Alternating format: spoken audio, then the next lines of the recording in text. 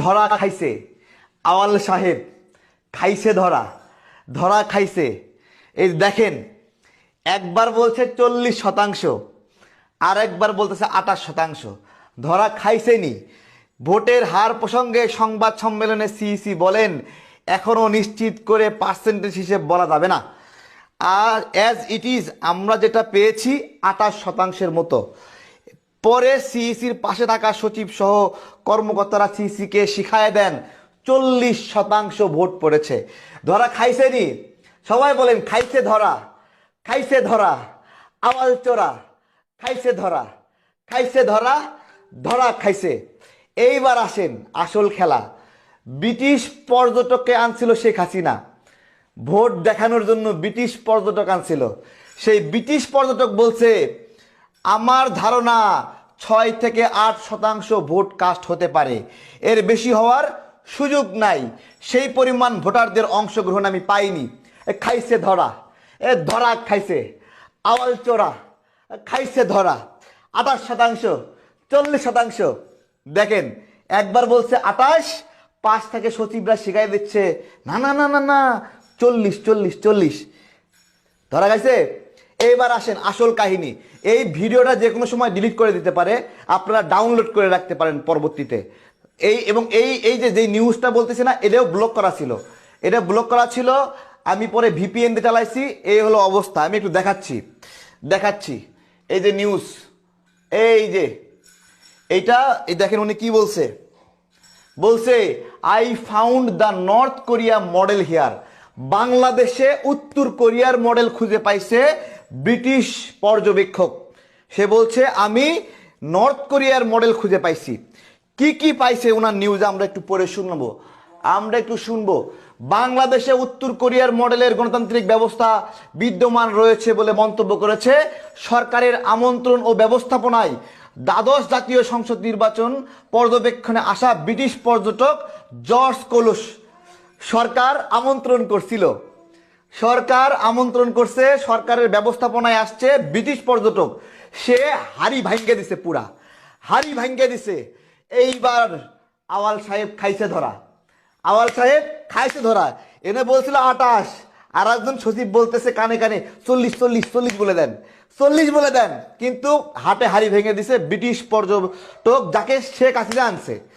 British থেকে শেখ হাসিনা আইনা ধরা খাইছে। দেখেন এখানে লেখা আছে, বাংলাদেশ সরকারের আমন্ত্রণ ও ব্যবস্থাপনায় জাতীয় সংসদ নির্বাচনে পর্যবেক্ষণে আসা ব্রিটিশ পর্যবেক্ষক জর্জ কোলসন তিনি বলেন, I found north Korea model here. রবিবার বিকেলে ঢাকা রিপোর্টার্স ইউনিটি অঙ্গিনায় বাংলা আউটলুকের সঙ্গে একান্ত সাক্ষাৎকারে তিনি এই মন্তব্য করেন। তিনি বলেন, জাতীয় নির্বাচন পর্যবেক্ষণ করতে প্রথমবারের মতো বাংলাদেশে এসেছি। সারাদিন রাজধানীর ঢাকার 8টি ভোট কেন্দ্রে ঘুরে দেখেছি।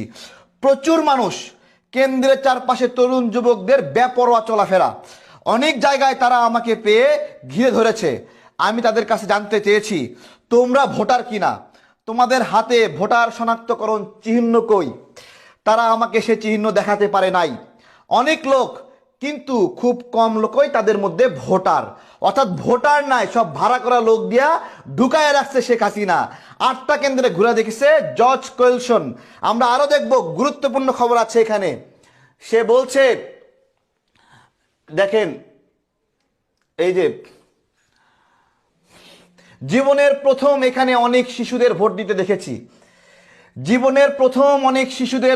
দেখেছি। এইবারের নির্বাচন হলো বাচ্চা লীগের নির্বাচন। এইবারের নির্বাচন শিশু লীগের নির্বাচন।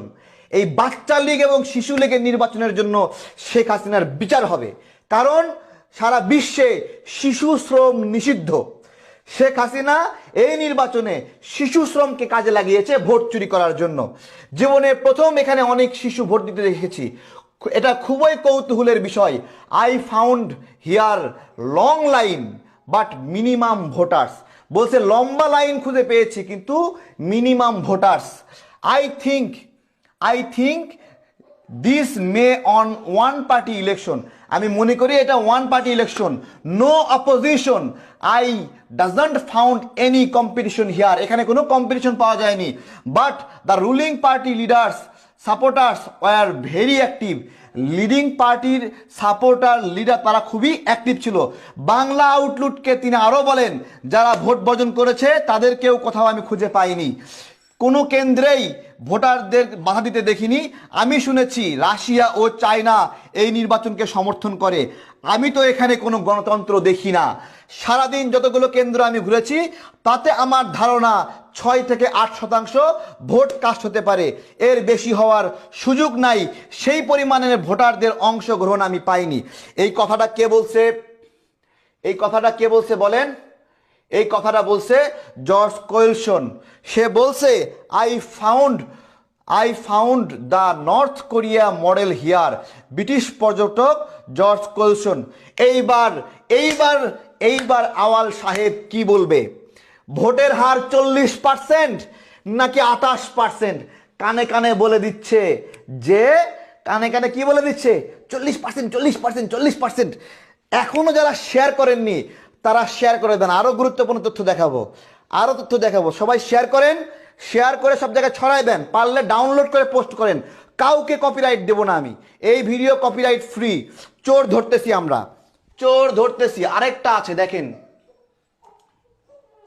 একটা নিউজ ডিলিট করে দিছে অলরেডি, একটা নিউজ ডিলিট করে দিছে 5000 এগুলো বারবার ব্লক করে দিচ্ছে। যেই নিউজই শেখ হাসিনার বিপক্ষে এইটাই ডিলিট করে দিচ্ছে, এইটাই ব্লক করে দিচ্ছে। আমরা একটু রিলোড দিয়ে দেখি একটু দাঁড়ান। এটা আসবে, আসছে মাঝে মাঝে আসছে না। এখানে কি লিখছে? 2 ঘন্টায় কোনো ভোটই পড়েনি, একা একা ভোট দিতে লজ্জা লাগে তাই ভোট দেইনি। এটা কে বলতেছে?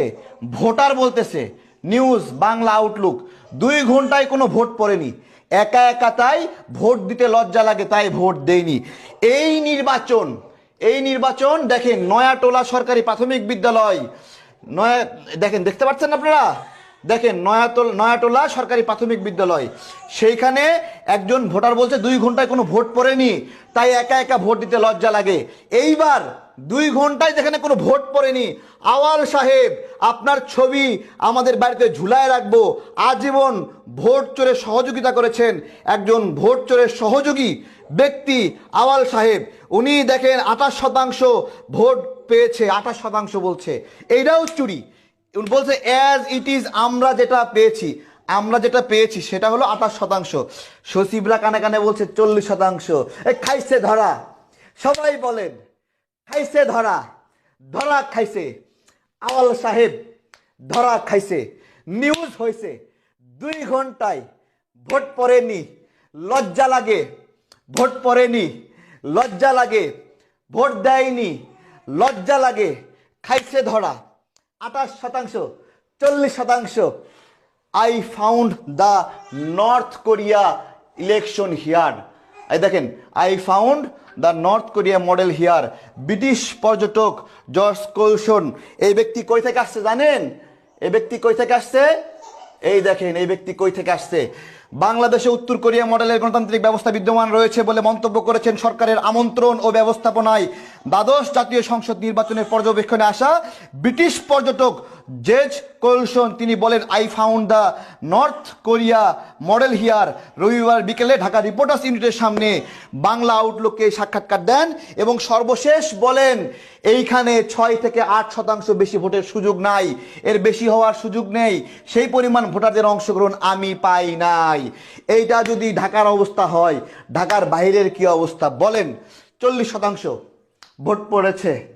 আওয়াল বলে 28%, সচিব বলে খাইছে ধরা খাইছে নি। সবাই লাইভে শেয়ার করে দেবেন। ভালো থাকবেন, বিদায় নিচ্ছি। আসসালামু আলাইকুম। লাইভ ডিলিট করে দিতে পারে, সবাই ডাউনলোড করে রাখেন। এই নিউজও ডিলিট হতে পারে। সব ভিডিও ডিলিট করে দিচ্ছে, কিন্তু সব ভিডিও ডিলিট করে দিচ্ছে। খুব সেন্সিটিভ। 18 সালে করেছিল। পরে যায় সাংবাদিকরা বলেছে, কি বলেছে জানেন? পরে সাংবাদিকরা বলেছে সারকামস্টেন্স এভিডেন্স কোথায়? নবনীতা চৌধুরী, সারকামস্টেন্স এভিডেন্স এখনো পাচ্ছ না? তাড়াতাড়ি দেখে নাও। সবাইকে ধন্যবাদ। আসসালামু আলাইকুম।